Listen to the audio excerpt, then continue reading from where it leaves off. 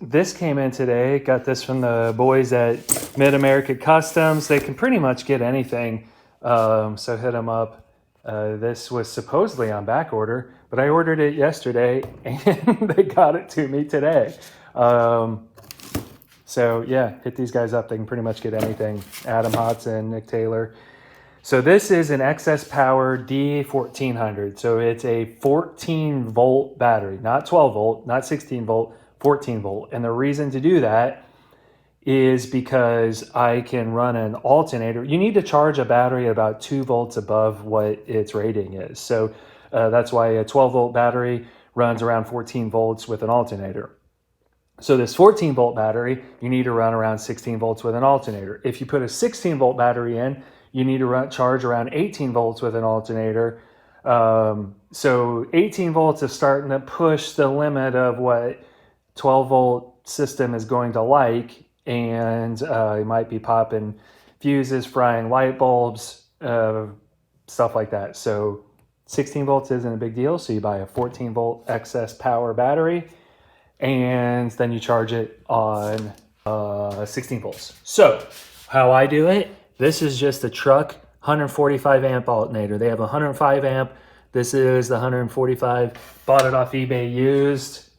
And then there's a sensing wire, the S wire, I think. Makes sense, right? Sensing wire normally would go to somewhere, you know, fuse box, whatever this is. I have a post here that goes to the battery.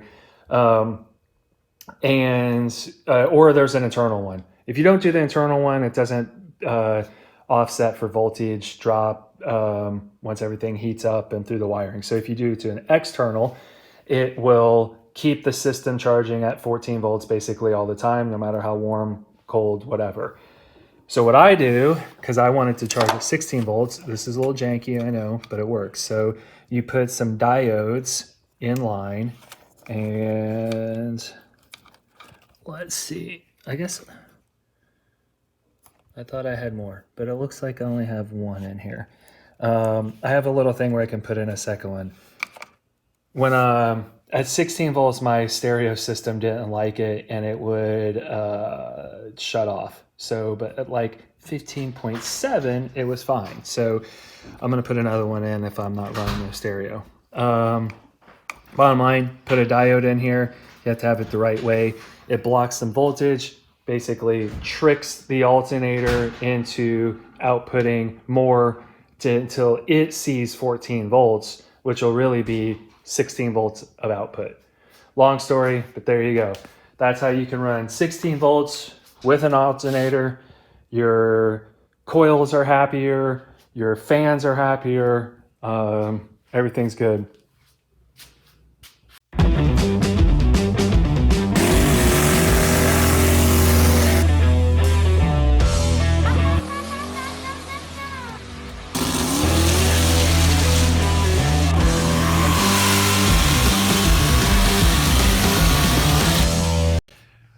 Christmas time, parts delivery.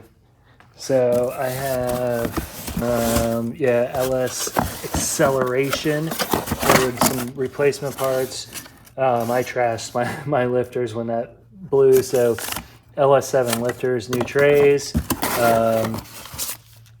bearing set, and then also these like DOD eliminator, the oil pressure ports. So you can drill and tap, well, really tap these and then just put in ports or plugs, or these guys and some others make these little plugs that you just hammer in. So my favorite tool, I had them send me an extra one. Their kit comes with 8, and then I'm blocking off the pressure sensor as well because I take it from down at the oil filter housing. So I'll block off all those. Big box from Summit. So let's see what we have. Ring pack. And whoa, big old box of pistons. Hard to do an unboxing video. All right. So these are standard 5.3 bore, so 3.780, and then pin height for a 4-inch stroke. Fancy. So the plan here is to take this has a K1 crank, K1 rods, and then these were CP pistons. I was planning on getting CP pistons to replace these for two reasons. One, ate a couple spark plugs, so a little beat up, but two, it's 20 over. And I am avoiding machine shops right now because everybody's behind. So I am going to bore this myself with, there's a Lyle cylinder hone in here, and has like pressure, all kinds of stuff, so you can really torque it down. And I could bore it out 20 over with that hone. They have like 80 grit stones and 180 grit. But what I'm going to do is just take a little off to clean up the bores and to set the piston to wall clearance where I want it on these, which will be a little on the loose end. I'd rather go loose than tight. So that's the plan. They come with 2 thin of a wall pins, but it was difficult to get everything I wanted, but my CP pistons have thicker wall pins than these, and they're the same dimensions, so I'll be able to just change those.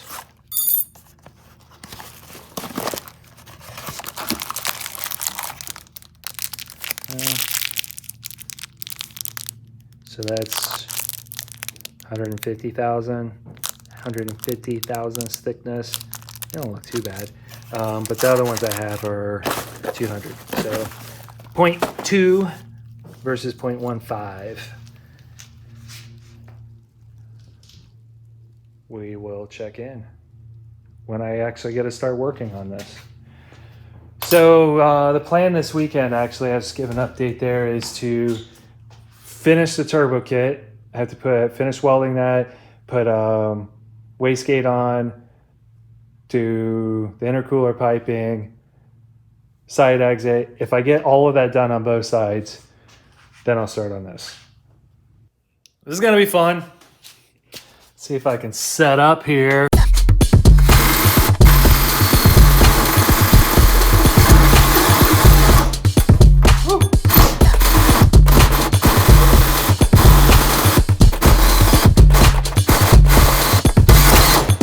Better drill.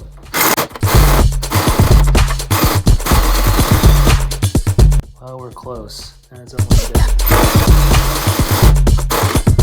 Oh boy.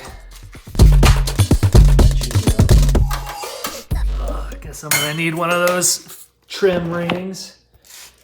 But okay. So that's that.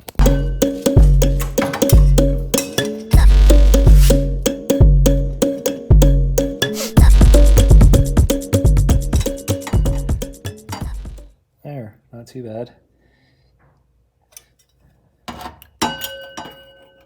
So I did a 4-inch hole for a 3.5-inch thing. I'm gonna put some rubber around there to hold it centered while I mock this up and weld it.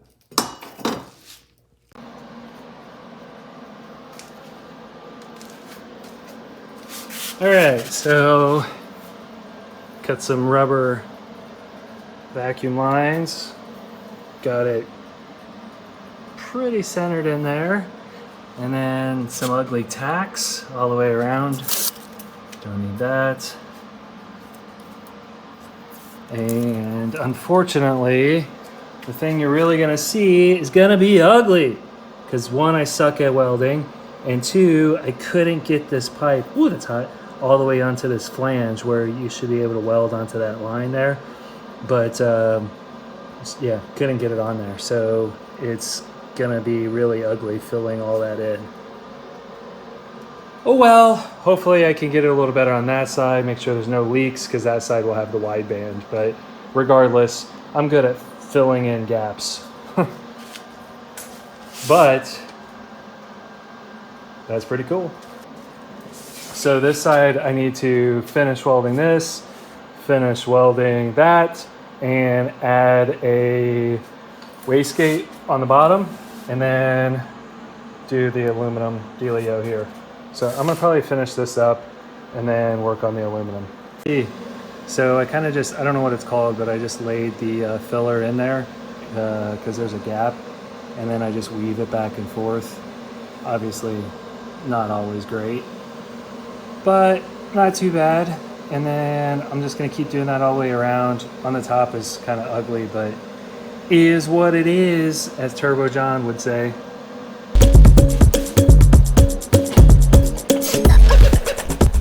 Not sure if you're gonna be able to see.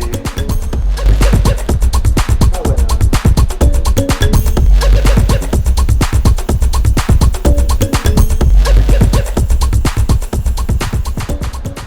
And yes, no foot pedal because it broke and whatever. Not horrible, pretty horrible, but it'll hold. From back here, oh look at that, it's beautiful. Beautiful.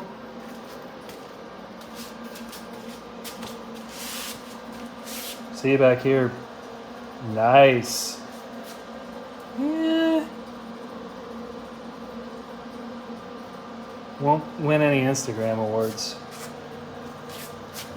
but the sound will. And it just, I had it basically barely stick out past the fender, or it might be even.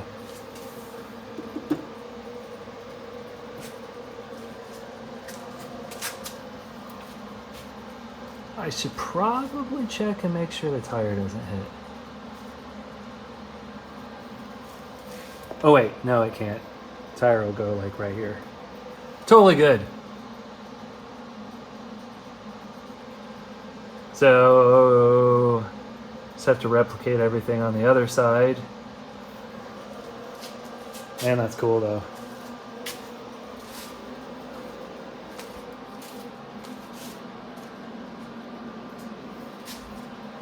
There we go, there's a better angle.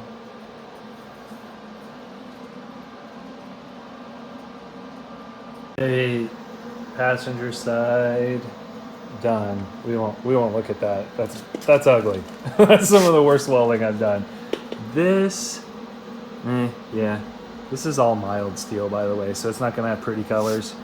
And then that probably should have cleaned up further on this. That's for the wastegate.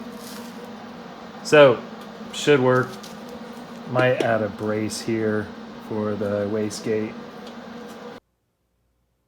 The exhaust on both sides is done, and it matches the angle, everything. Well, yeah, pretty awesome.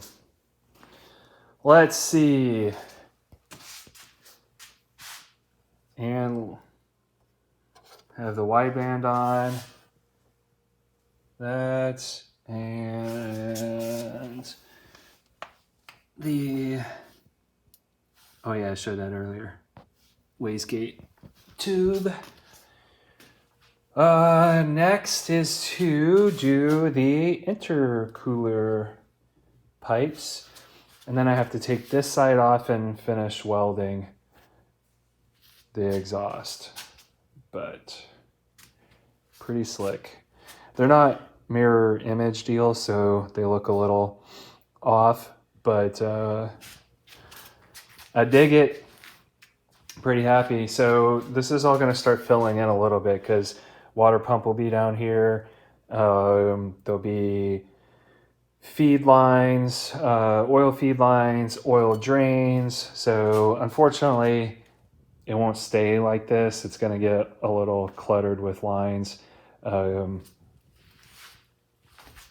But Looks really cool now. I have most of the welding done for the water lines up here. Still have to do one back there. And I got this contraption going. So these have dash 16 going into here. They don't really seal the greatest, so you have to add a little something. Then I welded these onto those cast pieces, which was fun. Some of the welds don't look too bad. Some don't look too good. And then this is going to go somewhere like that. Oh, there we go. Something like that. And then pumps into the block, out the head, and back to the radiator. Or, yeah. And then, sorry, sucks in down on that one. And then these extra fittings, you may be wondering, these. Normally they would be used for a heater core circuit, but I'm potentially going to use it for that, which is a water to air intercooler, or radiator, I guess you'd call it. And I may put it up here with the iron block on race week and the radiator in the back on long extended drives, hot days. It did get a little warm. As soon as you slow down, cooled right back down. Aluminum block should be totally good, but I may put this in front just in case. And if I do that, I'll actually put it on a shut off. So I don't need it circulating hot air and hot water in front of the intercooler during the pass. So I'll cool everything down, shut that off, do a pass, and open it up for drives. I know it's a bit complicated, but it really is just a couple extra hoses and mounting that core. It's quite a bit extra weight though, and I don't think it's going to be needed with the aluminum block. However, my father, who is watching, has strongly encouraged it. So we'll see.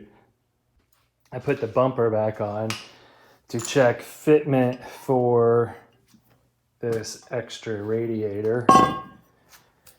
And I made this, which was going to hold it, and then weld this to the intercooler. So, problem is, when we sized this, my dad and I were looking for different options that would fit up here to catch airflow when driving with that radiator in the back. This is only a race week thing. But when I first sized it, the motor was pushed back an inch, it's forward an inch, and now it doesn't fit unless I cut a bunch of this and it would actually stick way out like here. I could trim this out underneath here and make it fit, but it'll look hideous, and I'm not a fan of that.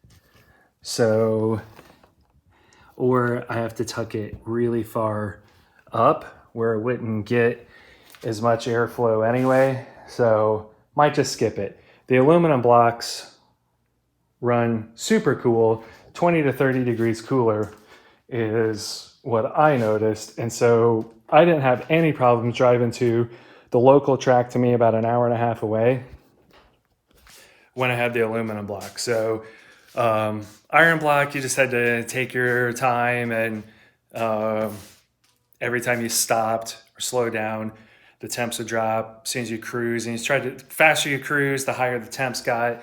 It just doesn't get enough airflow back there. And then with the gearing I have, it revs it's cruising pretty good in the revs. So, but with the aluminum block, hour and a half drive, no problem. Cruising far too fast, probably on slicks and skinnies, going to the track and back. So I don't expect any issues, but it was a just in case measure, and I'm giving up on it. So I do have, though, just in case I'd ever decide to change my mind, That's what these fittings were for. So I'll just loop it or block them off. But that was going to run to and from. So it'll be ready just in case. Sorry, Dad.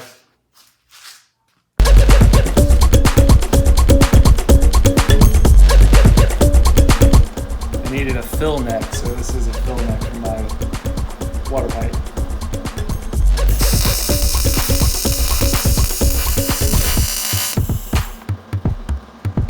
Not too shabby. There we go. Cool little monstrosity of a bunch of used parts welded together. Come on, there we go.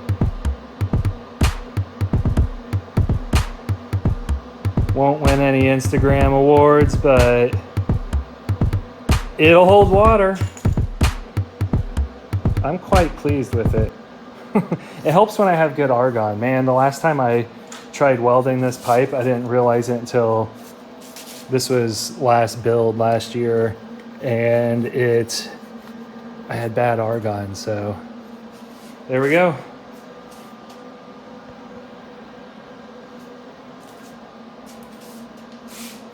So now I'll be able to fill up from back or from up here, and then I have in the back a surge tank, basically with that has the pressure cap in the back.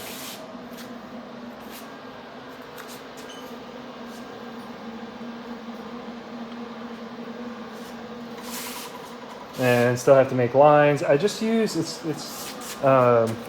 basically it's just some rubber agriculture hose that I get from a tractor supply place, Rural King, and it has good temperature and pressure ratings. And then it works perfect with the AN fittings. Might not be the right way to do things, but it works, and I used it for like almost a year. So I just gotta make new sizes. But everything's coming together.